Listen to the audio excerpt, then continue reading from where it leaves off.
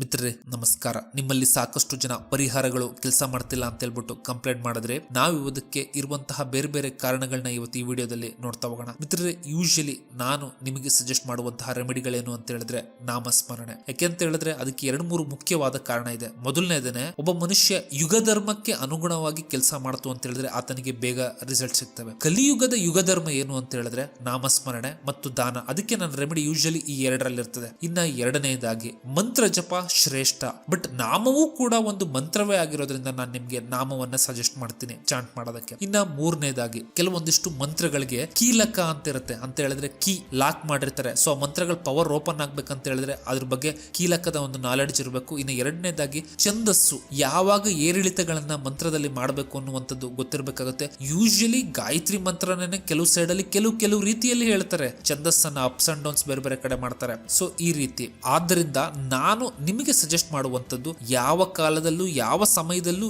ಸುಲಭವಾಗಿ ಮಾಡಬಹುದೇನು ಅಂತ ಹೇಳಿದ್ರೆ ನಾಮ ಜಪ, ನಾಮಸ್ಮರಣೆ. ಆದ್ರಿಂದ ಮಿತ್ರರೇ, ಈ ನಾಮಸ್ಮರಣೆ ಮಾಡಿದಾಗ ನೀವು ಕೆಲಸ ಮಾಡ್ತಾ ಇದೆಯೋ ಇಲ್ವೋ ಆ ನಾಮ ಅನ್ನುವಂಥದ್ದು ಹೇಗೆ ತಿಳ್ಕೊಬಹುದು ಅಂತ ಹೇಳಿದ್ರೆ, ನಾಮ ಹೇಳ್ದಾಗೆಲ್ಲವೂ ಕೂಡ ನಿಮ್ಮ ಮನಸ್ಸು ಸಂತೋಷದ ಸ್ಥಿತಿಗೆ ತಲುಪುತ್ತೆ, ಆಹ್ಲಾದಕರವಾಗಿರ್ತದೆ ಮತ್ತು ಒಂದು ರೀತಿಯಾದಂತಹ ಏಕಾಗ್ರತೆಯನ್ನು ನಿಮ್ಮ ಮನಸ್ಸು ನಾಮ ಜಪ ಮಾಡಿದಾಗ ಪಡಿತಾ ಇದೆ ಅಂತ ಹೇಳಿದ್ರೆ ನಾಮ ಕೆಲಸ ಮಾಡ್ತಿದೆ ಅಂತ ಅರ್ಥ.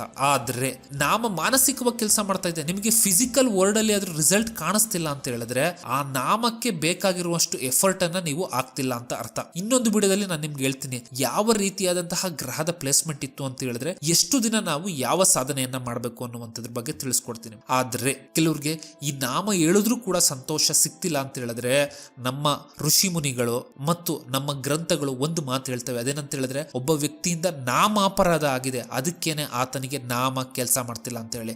ಮಿತ್ರರು, ಈ ರೀತಿ 10 ನಾಮಾಪರಾಧವನ್ನ ನಮ್ಮ ಋಷಿ ಮುನಿಗಳು ಮತ್ತು ನಮ್ಮ ಸ್ಕ್ರಿಪ್ಚರ್ಸ್ಗಳು ಹೇಳ್ತವೆ. ಅದ್ಯಾವುದು ಅನ್ನುವಂಥದ್ದನ್ನ ನೋಡ್ತಾ ಹೋಗೋಣ. ಗೆಳೆಯರೆ, ಈ ನಾಮಾಪರಾಧಗಳಲ್ಲಿ ಬರುವಂತಹ ಮೊದಲನೇ ನಾಮಾಪರಾಧನೆ ಏನು ಅಂತ ಹೇಳಿದ್ರೆ, ಸಂತರು ಮತ್ತು ಮಹಾತ್ಮರುಗಳು ಯಾರಿದ್ದಾರೆ ಅವರನ್ನ ಕ್ರಿಟಿಸೈಸ್ ಮಾಡುವಂಥದ್ದು, ಅಂದ್ರೆ ಅವ್ರನ್ನ ಬೈಯುವಂಥದ್ದು ಮತ್ತು ಅವರು ಬೇರೆ ಬೇರೆ ರೀತಿ ಮಾಡುವಂಥದ್ದು, ಅಪಚಾರ ಮಾಡುವಂಥದ್ದು, ಇದೆಲ್ಲ ಬರ್ತದೆ. ಯಾರು ಸಂತರನ್ನ ಬೈತಾರೋ ಅವರು ಕೂಡ ನಾಮಾಪರಾಧ ಆಗುತ್ತೆ. ಇನ್ನ 2ನೇದಾಗಿ, ಶಿವ ಮತ್ತು ವಿಷ್ಣುವಿನ ನಡುವೆ ಭೇದವನ್ನ ಕಲ್ಪಿಸಿ ಮಾಡುವಂಥದ್ದು. ಮಿತ್ರರೇ, ಶಿವನೇ ವಿಷ್ಣು, ವಿಷ್ಣುನೇ ಶಿವ ಅಂತ ಹೇಳ್ಬಿಟ್ಟು ಎಲ್ಲಾ ಗ್ರಂಥಗಳು ಹೇಳ್ತಾರೆ.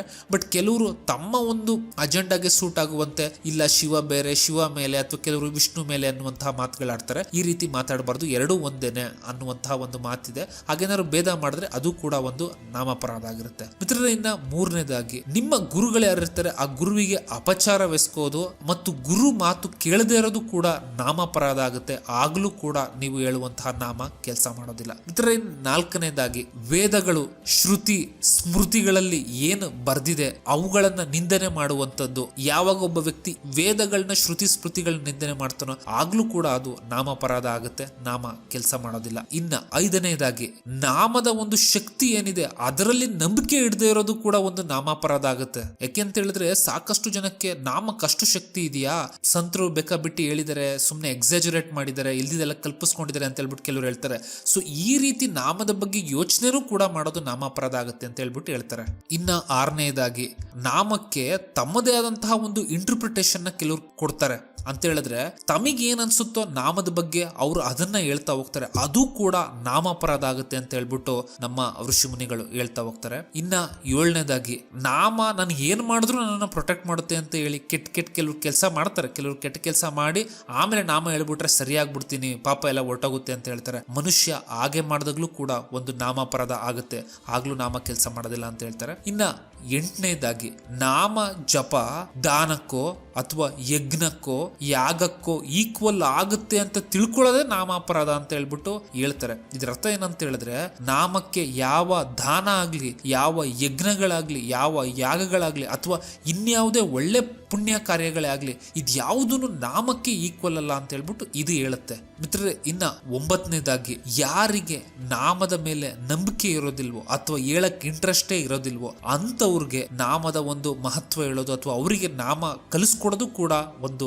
ನಾಮಾಪರಾಧ ಆಗುತ್ತೆ. ಮಿತ್ರರೇ, ಇನ್ನ 10ನೇದಾಗಿ, ಇಷ್ಟೆಲ್ಲಾ ನಾಮದ ಮಹಾತ್ಮೆ ಕೇಳಿಯೂ ಕೂಡ ಇನ್ನೂನು ಮೆಟೀರಿಯಲ್ ಅಂತ ಹೇಳಿದ್ರೆ ಭೌತಿಕ ಒಂದು ವಸ್ತುಗಳಿಗೆ ಅಂಟ್ಕೊಂಡು ಪ್ರೀತಿಯಿಂದ ಯಾರು ನಾಮವನ್ನ ಹೇಳೋದಿಲ್ವೋ ಆಗ್ಲೂ ಕೂಡ ಅದು ನಾಮಾಪರಾಧ ಆಗುತ್ತೆ ಅಂತ ಹೇಳ್ಬಿಟ್ಟು ನಮ್ಮ ಋಷಿ ಮುನಿಗಳು ಮತ್ತು ನಮ್ಮ ಪುರಾಣಗಳು ಇತ್ಯಾದಿ ಶಾಸ್ತ್ರಗಳು ಮೆನ್ಷನ್ ಮಾಡ್ತವೆ. ಮಿತ್ರರೇ, ಯಾವಾಗ ಮನುಷ್ಯ ಇಷ್ಟು ನಾಮಾಪರಾಧಗಳನ್ನ ಮಾಡ್ತಾನೋ, ಮಾಡ್ಬಿಟ್ಟು ನಾಮ ಹೇಳಿದ್ರೂ ಕೂಡ ಆತನಿಗೆ ರಿಸಲ್ಟ್ ಸಿಗೋದಿಲ್ಲ ಅನ್ನುವಂತಹ ಮಾತುಗಳನ್ನ ಹೇಳ್ತಾರೆ. ಮಿತ್ರರೇ, ಈ ವಿಡಿಯೋ ನಿಮ್ಗೆ ಇಷ್ಟ ಆಯ್ತು ಅಂತ ಹೇಳಿದ್ರೆ ಲೈಕ್, ಶೇರ್ ಮತ್ತು ಸಬ್ಸ್ಕ್ರೈಬ್ ಮಾಡಿ.